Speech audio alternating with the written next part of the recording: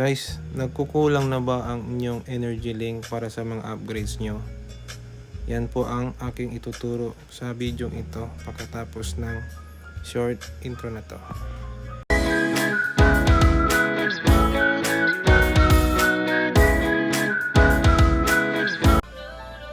Maraming paraan para ikaw ay maka-farm ng energy link. Kaso, hindi pa mataas yung level natin. So ano nga ba ang pinakamabisang paraan para makaipon ka ng energy link? Ganito po yung gagawin natin.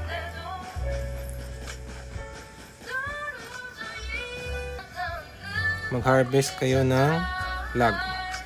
Tapos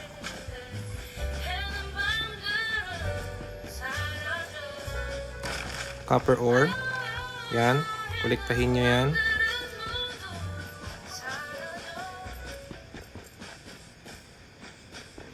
At saka ito, tin ore.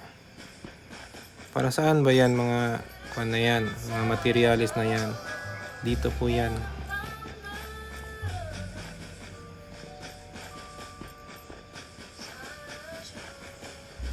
Dito po yan. Mag-craft po tayo ng bronze ingot. Bakit bronze ingot? Yung mga materialis kasi niyan is napakadaling i-harvest. Mga ilang minuto lang, mga hundreds na yung makokolekta mo. Tapos, pag nagawa mo na yan, bale, nakaipon ka na ng maraming bronze ingot, ang sunod mong gagawin ay pupunta tayo dito sa town, kahit saan town. For example, sa purpose ng video nito, dito tayo sa Tallgrass Inn kasi ito yung pinakamalapit sa location ko.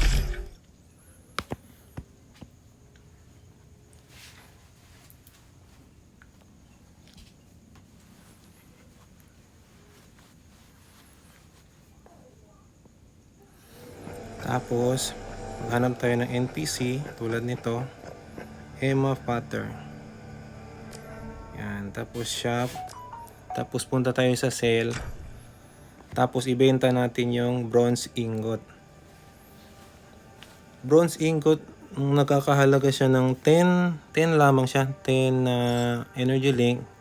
Pero pag marami mo yan mabenta, malaki na yan. 520 na siya.